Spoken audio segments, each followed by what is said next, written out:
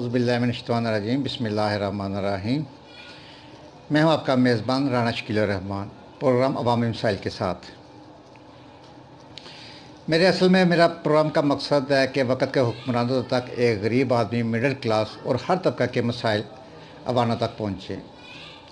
हमारे मुल्क में हर आदमी किसी न किसी मसले और परेशानी में डूबा हुआ है।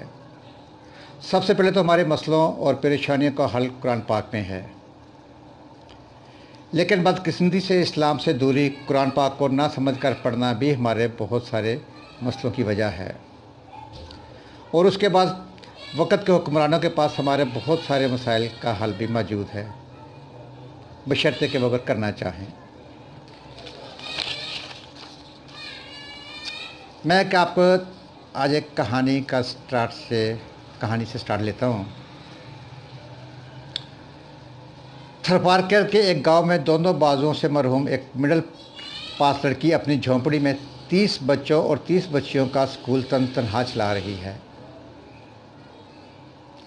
इसका नाम हसीना है और वाकई ये काम करने वाली हसीना से बढ़कर दुनिया में और कोई हसीन हो ही नहीं सकता उससे। हमसे बेशतर अफराद जिस्मानी मजदूरों के लिए एक लम्हाती हमदर्दी महसूस करते हुए आगे निकल जाते हैं। ये जाने बगैर कि इन नॉर्मल दिमागों व दिल के लोगों को हमारी हमदर्दी से ज़्यादा हमारी तवज्जो की ज़रूरत है। ये बीमार नहीं कि हम इयादत भरी निगाह डालें, ये नाकाम नहीं हम तरस खाएं, ये नखट्टू नहीं, बेकारी नहीं, ये भी एक खूबसूरत और पुरसकून ज़िंदगी चाहते हैं। मगर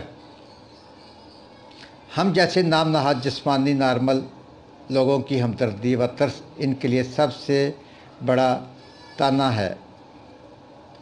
अगर हम इनके कदम और शाना बशाना एक नॉर्मल रवैये के साथ क्यों नहीं चल सकते। इस वक्त इस दुनिया के हर 100 में से 15 लोग किसी न किसी जिस्मानी या ज़हनी कमी में मुब्तला हैं और इनमें से 70-80% तरक्की पजीर दुनिया में रहते हैं। पाकिस्तान में लगभग 5 मिलियन से ज़्यादा माजूर अफराद हैं और ये तादाद नॉर्वे, न्यूजीलैंड, लेबनान और कुवैत जैसे किसी भी मुल्क की आबादी से ज़्यादा है।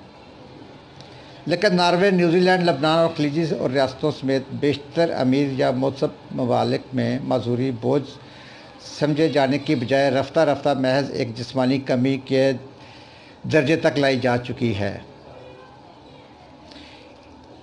इन ममालिक में रोज़गार के अक्सर शोबों में कोई भी जिस्मानी कमी का शिकार अपनी सलाहियतों के हिसाब से कोई भी काम मुंतखब करने में आज़ाद होता है। फुटपाथों से लेकर इमारतों, बसों, ट्रेनों के रैंप्स तक इसे बनाए गए जिस्मानी माजूरों को मदद के लिए इधर उधर ना देखना पड़े। इनके लिए पब्लिक प्राइवेट पार्किंग एरियाज़ में जगह मुख्तस होना एक आम सी बात है। वो अपने इस्तेमाल के लिए ड्यूटी फ्री आलात और गाड़ियाँ इंपोर्ट कर सकते हैं। इनके औकात कार लचकदार रखे गए हैं और सरकारी, निजी, तिब्बी व समाजी इदारे इनकी भरपूर मवानत से कभी नहीं हिचकिचाते। चनाचा इन माशरों में शायद ही कोई ऐसा जन व मर्द हो जो महज किसी जिस्मानी कमी के सबब ज़िंदगी की दौड़ में पीछे रह गया हो। गोया इन माशरों ने इनकी कमी को अपनी तवज्जो से अपने अंदर जज़ब कर लिया है। मगर हम जैसे माशरों में कहानी खुद तरसी से शुरू होकर खुदा तरसी पर ख़त्म हो जाती है। जिस तरह ज़हनी मसाइल के सुलझाव के लिए माहिर नफ्सियात से रजू करना पड़ता है, वो या तो कोई पागल ही है वे, इस तरह के लफ्ज़ यूज़ करके मुस्तरद कर दिया जाता है। इस तरह जिस्मानी कमी के शिकार बच्चों और बड़ों के बारे में भी ये सोच कर बगैर सोचे समझे इन्ना लीला पढ़ ली जाती है कि सब्र से काम लो, अल्लाह को यही मंजूर होगा या अल्लाह को यही मंजूर था। शायद बहुत कम लोग जानते हैं, अगर कमी का शिकार शख्स को ज़रा सा भी समाजी हौसला मिल जाए तो बहुत से माजूर इस दुनिया को नाम नहाद भले चंगों से ज़्यादा खूबसूरत बना सकते हैं। आखिरी अशारों की ज़ुबान को तरक्की देने वाले हेलियन किलर्स भी नबीना और बहरी थी। कैम्ब्रिज में बैठा हुआ दुनिया का सबसे बड़ा माहिर फल्कियात व फिज़िक्स स्टेनोस हैकन्स अपने पूरे मफलूज जिस्म के साथ सिवाय दिमाग के और क्या पोलियो मेक्सिको के फ्रेडा कहलो को एक बड़ा मुसव्वर बनने से रोक सका? नहीं। बहरे मौसीकार हेथोन वन ने इस दुनिया को कैसी कैसी जादुई धुनों से भर कर दिया। आज तक मगरबी मौसीकी हेथोवन से बचकर नहीं निकल पाई। सीधा चंद्र की जब एक हादसे में दोनों टांगें कट गई थी, तब इसे पता चला कि हिंदुस्तान की सबसे बड़ी रक्षा बनने का रास्ता तो अब खुला है। जनरल ज़ियाउल हक के बारे में आप सब जानते हैं। आप जो भी राय रखें, मगर वो पाकिस्तान के शायद पहले और अब तक के आखिरी हुक्मरान हैं जिन्होंने माजूरों और के लिए आहिस्ता और खसूसी, बेशक आहिस्ता रवि से और खसूसी तालीम की ज़रूरतमंद बच्चों के लिए कानून साजी भी की और अदारा साजी में भी दिलचस्पी ज़ाहिर की। इन्हें अपनी लाडली बेटी जैन से ये सबक मिला, हम कदम ना होने का ये मतलब नहीं कि कदम ही नहीं बढ़ाया जा सकता। कहने को पाकिस्तान में माजूर अफराद की फलाह से मुतल्लक़ कानून 1981 से नाफज है। इससे तहत सरकारी और निजी अदारों में 2% मुलाजमतें कोटा जिस्मानी कमी के शिकार लोगों के लिए मुख्तस किया गया है। ताहम कोई साल ऐसा नहीं जाता कि माजूर अफराद की मुख्तलिफ़ अंजमनों की जानब से ये मुतालबा सामने ना आता हो कि 2% कोटे पर भी अमल दरामद किया जाए। ये भी एक ढंढोरा है। इस्लामाबाद, लाहौर, कराची के सरकारी अस्पतालों में मुफ्त इलाज की सहूलत भी है, लेकिन ये कोई नहीं बताता कि सरकारी अस्पतालों में तो गैर माजूरों के लिए बज़ाहिर मुफ्त इलाज की सहूलत है। वैसे भी 60% से ज़्यादा माजूर अफराद दही इलाकों में रहते हैं और ये बलूचिस्तान, खैबर पख्तूनख्वा के मुतासरीन भी क्या मुफ्त इलाज के लिए इस्लामाबाद, लाहौर या कराची जाएं? पब्लिक लाइब्रेरियों में भी किताबों के नाम पर एक आधा अलमारी में मौजूद किताबें होती हैं, मगर इस पर अक्सर जंग आलूदा ताला ही देखा जाता है।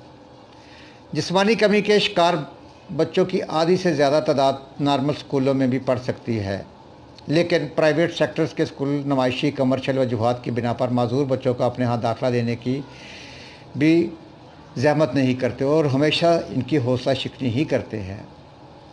अगर कमी के शिकार बच्चे नॉर्मल स्कूलों में दाखिल हो भी जाएं, तो इनके क्लास फेलोज़ हत्ता के असातिज़ा तक एक खसूसी मखलूक के तौर पर देखते और बरतते हैं। इस रवैये के सबब जिस्मानी कमी का शिकार बच्चों की नॉर्मल सलाहियतें भी मुतासर हो जाती हैं। इस तरह के शिकार बच्चे देखने में बिल्कुल नॉर्मल लगते हैं, लेकिन नाकाफ़ी ग़िज़ाइयत के सबब इनकी ज़हनी व जिस्मानी नशोनुमा एक नॉर्मल बच्चे के मुकाबले में आधी रह जाती है। लगभग 28% पाकिस्तानी बच्चे नकम्मे, कामचोर, कुंदज़ेन का लेबल लगाकर इनके अपने ही घर वाले और समाज वाले नादिस्ता तौर पर ख़ुद से अलग थलग करते चले जाते हैं। तो फिर माजूर बच्चों को कौन देखेगा? सबसे पहले तो हमें अपने माँ बाप को अपने बच्चों को देखना चाहिए। जब हम अपने माँ बाप अपने घर में अपने बच्चों को हम नहीं देखेंगे तो बाहर लोग क्या देखेंगे? लोगों का क्या रवैया होगा? वो बच्चे फिर माशरे में अपने आप को बहुत ही गैर कमतर समझकर घर से बाहर ना निकलना, अगर घर से बाहर निकलते हैं तो आस पड़ोस के महल्ले वाले लोग, बच्चे, हर तरह के उनके साथ तमाशे किए जाते हैं, उनका मजाक उड़ाया जाता है, जिससे वह बच्चे मज़ीद एहसास कमतरी का शिकार होते रहते हैं। मेरी मोहतरम वालिदैन से अपील है, फिर हुक्मरानों से अपील है, फिर मुखय्यर हजरात से अपील है, हर उस तबके से मेरी अपील है जो इस तरह के बच्चों का ख्याल रख सके। ये बहुत बड़ी नेकी का काम भी है और इसका अजर अल्लाह ताला के यहाँ बहुत बड़ा है। और उसके बाद गवर्नमेंट ऑफ पाकिस्तान से अपील करूँगा कि इस तरह के बच्चों पर खुसूसी तवज्जो दी जाए उनके लिए अलग स्कूल तो ऑलरेडी है ही हैं पहले, लेकिन लोगों को घरों में जाकर, माँ बाप को जाकर आगाही की जाए कि आप अपने बच्चों को स्कूल में दाखिल करवाएं, बच्चों को पढ़ाएं, बच्चों पर तवज्जो दें, तो हर वो बच्चा जो माजूर है इस एहसास कमतरी की ज़िंदगी से बच सकता है। मेरे एक अज़ीज़ हैं जो कि स्वीडन में रहते हैं।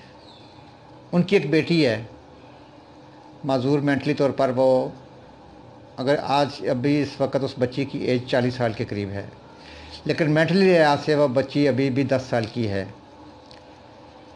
मैंने ख़ुद अपनी आँखों से देखा उस बच्ची को, जब वो बच्ची उस वक़्त कोई 8-10 साल की थी, लेकिन मेंटली लिहाज से वो 3 साल की बच्ची थी। कि बच्ची को स्कूल से बाकायदा एक मर्सिडीज़ लेने आया करती थी। बच्ची मर्सिडीज़ में स्कूल जाया करती थी। स्कूल में फिर उसको जाते सबसे पहले ब्रेकफास्ट में दूध और फ्रूट दिया जाता था। उसके बाद बच्ची को इस तरह की स्टडीज़ करवाई जाती थी, इस तरह के उसके साज़ा थे कि बच्ची का दिल स्कूल में बहुत ज़्यादा लगता था। आज वो बच्ची 40 साल के करीब है, लेकिन मेंटली तौर पर अब वो बच्ची तकरीबन 35 साल के करीब है। 35 साल जितना माइंड आम नॉर्मल आदमी का करता है, उस बच्ची का 40 साल की उम्र में अब वो इतनी ग्रोथ उस बच्ची की हो चुकी है कि वो 35 साल के ज़हन रखने वाले बच्चे की तरह वो बच्ची काम कर रही है। मेरे प्रोग्राम का मकसद भी यही है कि जितनी ज़्यादा आगाही कर सकूँ मैं अपने प्रोग्राम की वसातत से करता रहूँगा। अपने इस प्रोग्राम के ज़रिए, अवामी मसाइल के ज़रिए, अपने प्यारे अवाम के लिए। अपने इस मेज़बान राना शकील उर रहमान को इजाज़त दीजिए। मेरे प्रोग्राम को सब्सक्राइब कीजिए और लाइक कीजिए। अपने घर का, अपने महल्ले का, अपने शहर का और अपने प्यारे पाकिस्तान का ख़ास ख्याल रखें। अल्लाह हाफ़िज़।